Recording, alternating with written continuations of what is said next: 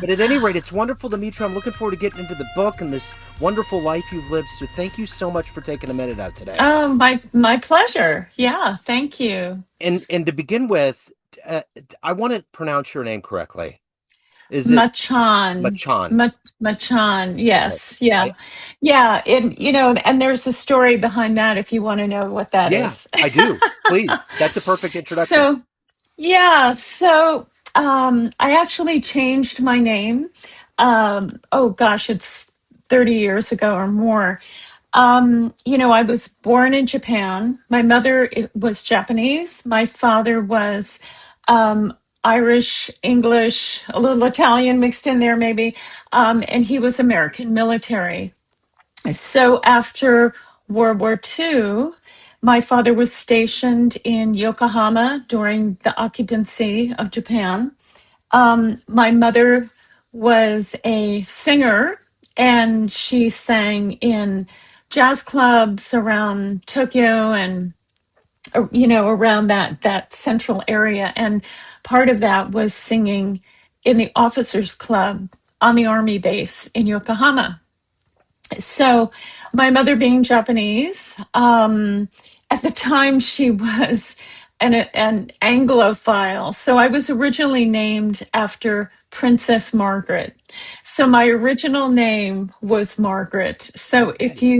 if you look on my credits early in my career, like when I toured with Pink Floyd, it says Margaret Taylor.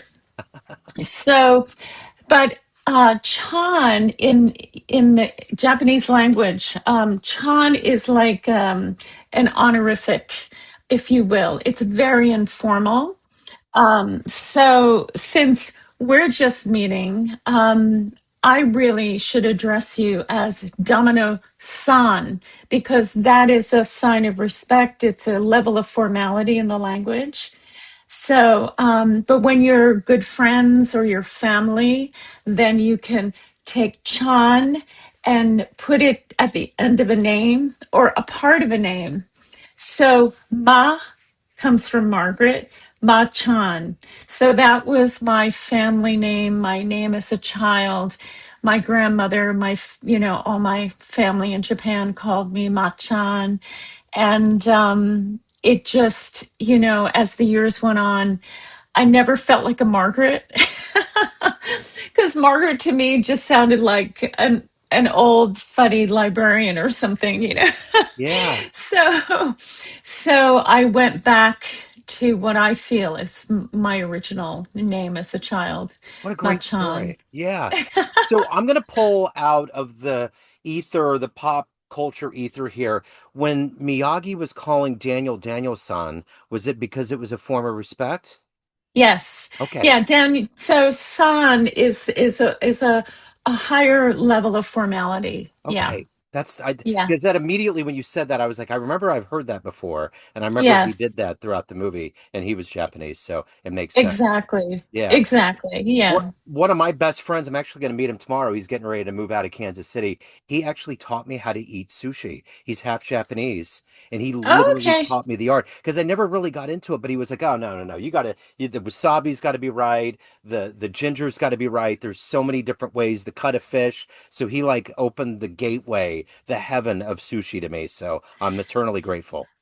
Oh, wonderful. So, okay. So here's a good question. Yeah. Do you dip your sushi in its entirety in the soy sauce, or do you take the fish off the rice and dip the fish It and all not the whole thing? It all depends on what I'm eating, but I tend to Okay. like to do the fish. I tend to put the fish in there and then go back in for the rice. It's just better that Right. way. Yeah, Yeah, and so that way your rice stays together, it doesn't get soggy, exactly. right? Because it falls apart and it gets weird, and then you have all that Yes, residue at the end. Yeah, yeah, exactly. yeah, Good. yeah, Excellent. All yeah. right. I was taught well. I was taught very well. So, Very good. Very good. So before we get into your book and your career, I want to begin with this question. Something that was kind of a proverbial fork in the road for all of us was 6 years ago, this pandemic changed so much about our Hmm. lives. How did you get through that era, and how has it changed the way that you create and live today? Oh, that's such a good question. Well, I was fortunate to continue working during the pandemic. And a sort of a second, third chapter in my life is teaching.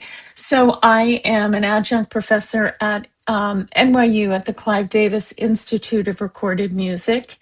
And I was also at the time working at the New School University. So when the pandemic hit and lockdown hit, we immediately switched from in person to online. So I was teaching here, actually right here in my office, my studio, classes and private lessons virtually, which, was, I mean, we got through it, but it was very stressful and it was very intense. And very hard for the students. It was hard for us teachers too. But, when you're really trying to inspire and communicate to students through a screen, it's really difficult to engage a lot of young people, through this medium. But we did it, we got through it, so I was lucky that I was working.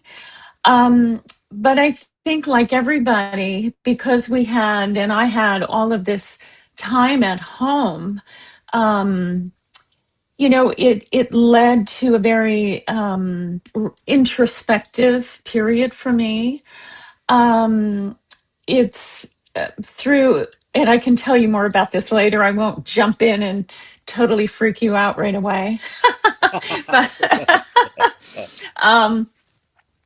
through a series of different events that occurred for me, I started journaling a lot, started writing a lot, and I never had the intention of actually writing a book and publishing a book.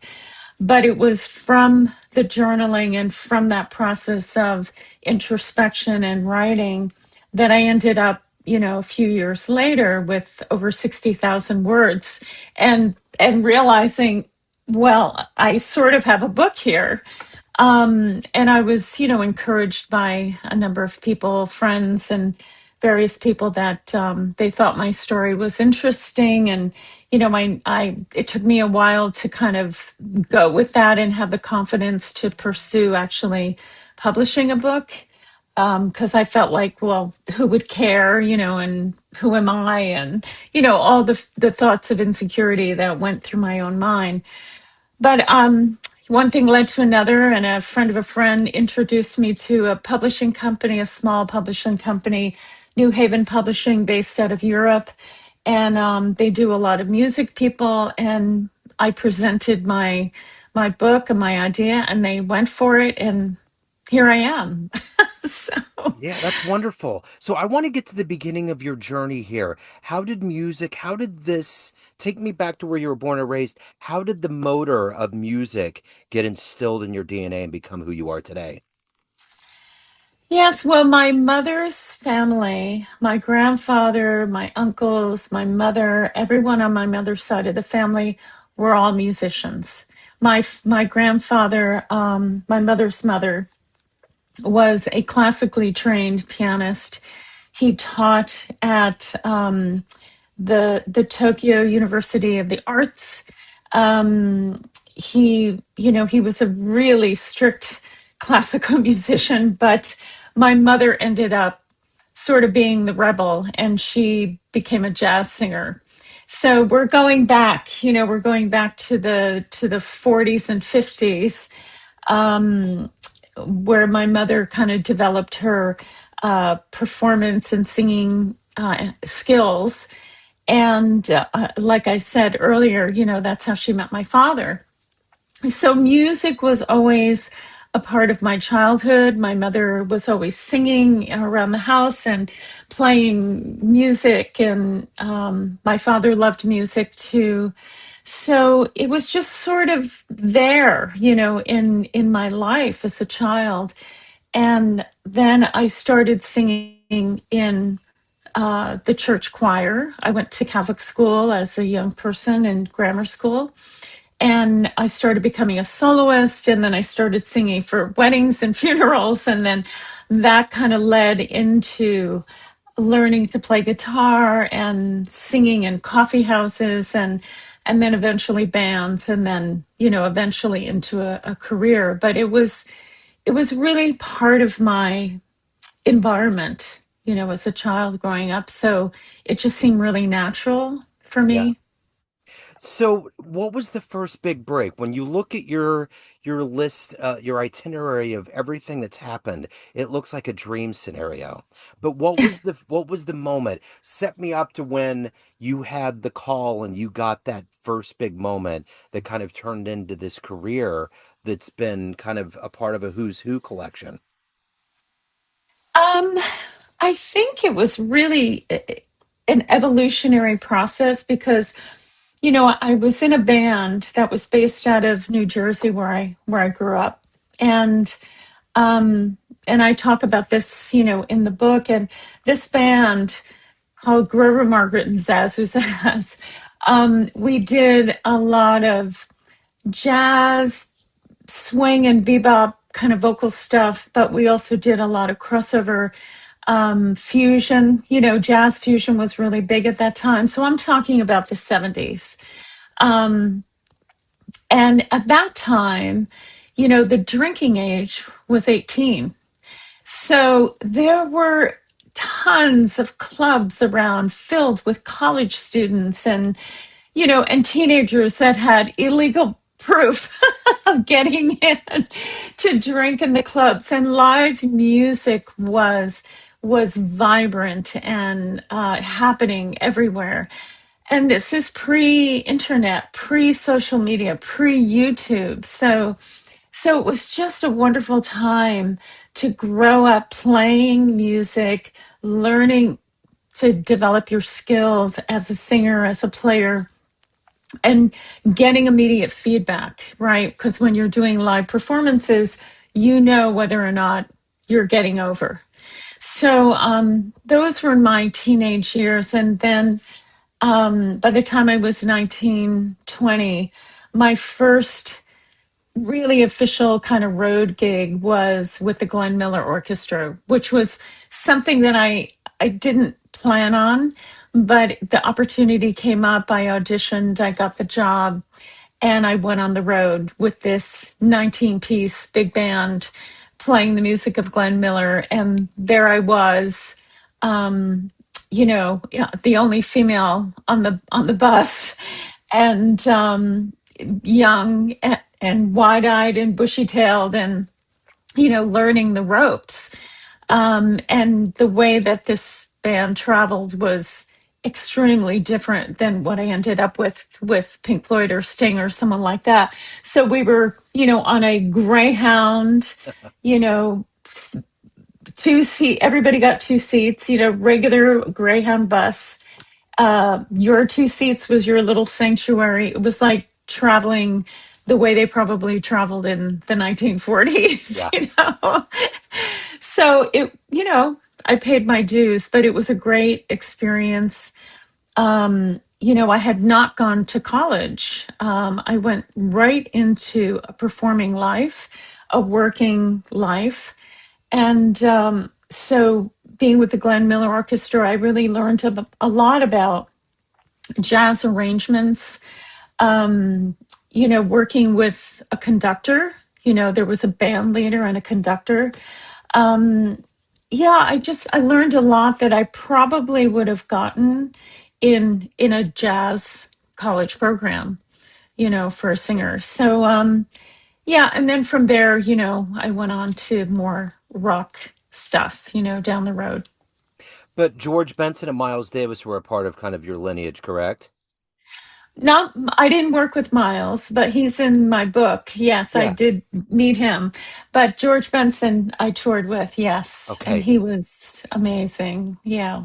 I would imagine George and Miles are very, very different human beings, very, very contrasting kinds of, right? Because I always hear these stories about, like, there, of all of the times that Miles has been brought up, I've heard about how he was a wonderful listener, just knew how to listen to something, knew how to hone in on it. And, and I've also heard so much wonderful stuff about George, but talk to me a little bit about what's your Miles story? Do you know my Miles story? I do not know it. I tangentially do, but I want to hear it from you. So I was touring with George Benson. This is 1980. It was, I think it was the summer of 87, early, it was spring, summer 87. This is right before I left George to go do Pink Floyd. So it would have been earlier in 1987. So we were touring in Europe. We did the Montreux Jazz Festival, the Nice Jazz Festival, and I think it was in Nice. We were playing on the same bill as Miles, and I knew a couple guys in his band at the time, and Miles saw me with George. We were all staying at the same hotel in Nice. A whole bunch of bands that were playing the festival. And I was in the bar after the show with Stanley Banks, who was George's bass player for 40 some years. He was with George a very long time. George was actually there too, and a bunch of, the place was packed. It was summer jazz festival season, and it was just a crazy time. So I was at the bar getting a drink, and Stanley was behind me, and someone else tapped me on the shoulder, and I turned, and it was Miles Davis's personal valet. And he said, Miles wants to meet you. And Stanley, I turned to Stanley and he said, well, you better go. And I'm like, really? This is, I was sort of shocked and also a little worried, I was young, I was in my 20s, and why does Miles Davis want to meet me? So Gordon, Miles's valet, he said, no, really, he really just wants to meet you and talk to you. And, of course, the guys, in the band were teasing me and, thinking the worst was going to happen. But I went with Gordon. He accompanied me to Miles's hotel room. And I walked in, and Miles was very gentlemanly, cordial. He had champagne already set up in his room. And when I walked into the room was the living area, this little suite that he had. The couch and the table and everything were covered with his sketches, his artwork. And I noticed that right away. So I walked in, and I was quite nervous. I was, wondering what he wanted with me. And he offered me a glass of champagne, and I realized Gordon left. So there I was by myself with Miles. And, poured me a glass of champagne, and we went out onto his balcony that was overlooking the Mediterranean Sea. Wow. So we're right across the street from the ocean. It was just a beautiful, beautiful summer night. And we just talked. We just talked for hours about life, about music, all kinds of things. I was just in awe. Here I was with this jazz legend, and what I surmised was he just wanted some company, Yeah. and he happened to notice me and wanted to know who I was, and he never ever did anything inappropriate, and it was just a lovely experience. Yeah. um and I'll never forget it. And as I say in my book, my only regret was that I didn't ask him for a little piece of artwork on my way out. Yeah. So yeah. I guess that kind of plays into him listening well. He probably just had a really good sense of kind spirits that were around. And I noticed in his movie when I watched it, there was a sense towards the end of his life, because 87 would have been close to the end of his life, that he just wanted real. Like there was a level of him that wanted to get away from all of the, I would imagine being in that level of limelight can have a level of plasticity you want to get away from. You want to be Mm, in the marrow of life. And he was such a yeah. deep cat, I would imagine. Um, but the other thing that I'm interested in your timeline of traveling and being around a lot of artists throughout your career, what did you learn from them that you've taken in turn and teach to the younger people that you teach? What, either whether you learn by osmosis or directly, what did you learn from being around large world class outfits all those years that you in turn get to teach that to younger people today? Mm. Um, yeah, you're asking some really good questions. I love it. Hindsight is always 2020, right? Hmm. And age definitely brings, I feel, at least for me, it's brought and bringing a deeper level of understanding, um, a better level of maturity. Obviously, I'll be 70 in September, so I can look back on a lot of time at this point. But I I feel like, and not that I was able to actually be this, in the past, but I feel that the most important things I learned was number one, to be prepared for the gig, whatever that is. If you want to be a working singer, working musician, you need to be ready and to really take it seriously. Um, be professional, show up on time, be nice, be nice to people, because the people that you see on the way up, um, Yeah. uh, or could be the people you see on the way down, but you want to be on your way up and not on your way down, right? So you really, in terms of projecting into longevity, a longevity of a career, um, I think you really need to take seriously who you are, who you show up as a professional. Um, I mean, I think those are really key points, Yeah. and especially like, I work primarily with singers. I teach, privately, I teach performance, but vocal technique, and I'm working with singers. And, there are a lot of young singers that think that they can just show up to the gig however however they are. A lot of young people don't seem to take seriously what it takes to maintain your voice. The voice is an instrument. It does require a lot of attention, a lot of TLC, because the voice is it's so connected to who we are as human beings.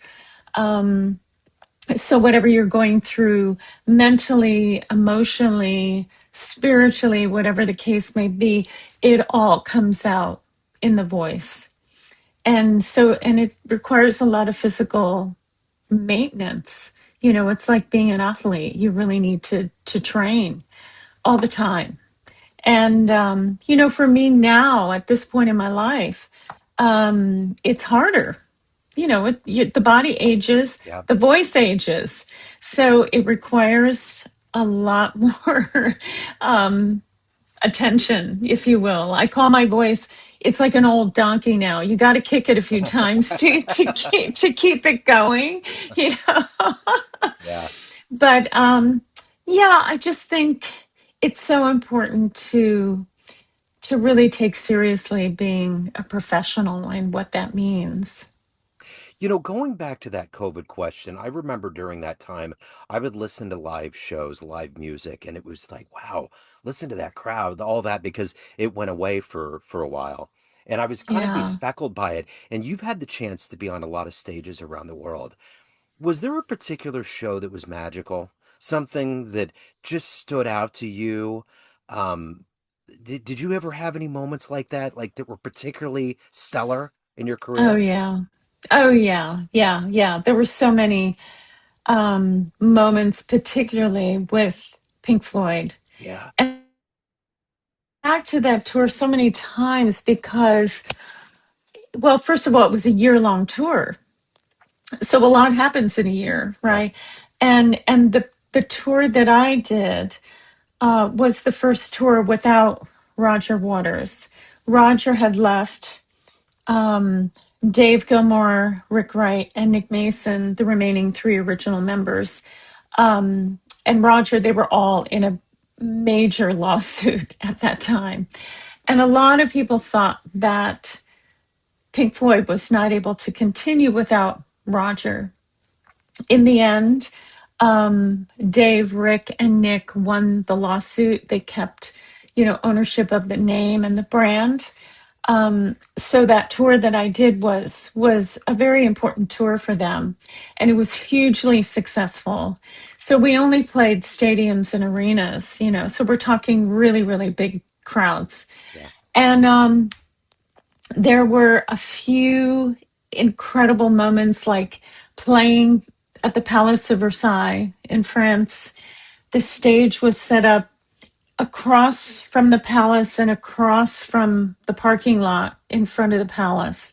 So we were set up looking at the palace, and there were 100,000 people standing in front of us in that parking lot. And over the palace was the moon that night. And of course, they had fireworks and all that stuff at the end of the show. But that view and that vision, that image is so ingrained in my mind. I'll never forget that. I'll never forget playing in front of the wall, Berlin Wall, Wow. which came down then in 1989. So that was very historic, playing in front of the wall. Yeah, and yeah, those are two big moments, for sure. I mean, there were others, Yeah. but I think those are the two that really stick out for me. So Yeah. anytime you go out to create art, you learn something about yourself. Maybe you didn't realize. Writing a memoir had to be, I would think, be akin to that. You have to go through this catalog of memories and stitch together your timeline. What did you learn about yourself over the process of writing this memoir that you didn't realize about yourself until you actually finished the book? Huh. Oh, you have such good questions, Joe. Good. I love it. Wow. In hindsight, I learned that I I'm a lot stronger and a lot more resilient than I thought that I ever was. And when people have a chance to read my book, to me, the really important part of the story, yes, I talk about my career, of course, but the really important part of the story is about what was really going on for me behind the scenes, what was going on for me internally, emotionally, personally. And I very, very candidly, very vulnerably talk about it all. And in looking back, I've done a tremendous amount of personal work on myself, which I'm happy to say has brought me to a point in my life where I feel like I'm in a really good place. I feel a sense of understanding and peace within myself, which I didn't have when I was younger. I struggled a lot when I was younger, emotionally. No matter what it looked like on the outside, I was really, really dealing with a lot of demons. And a lot of people do. I know that this is part of the human experience.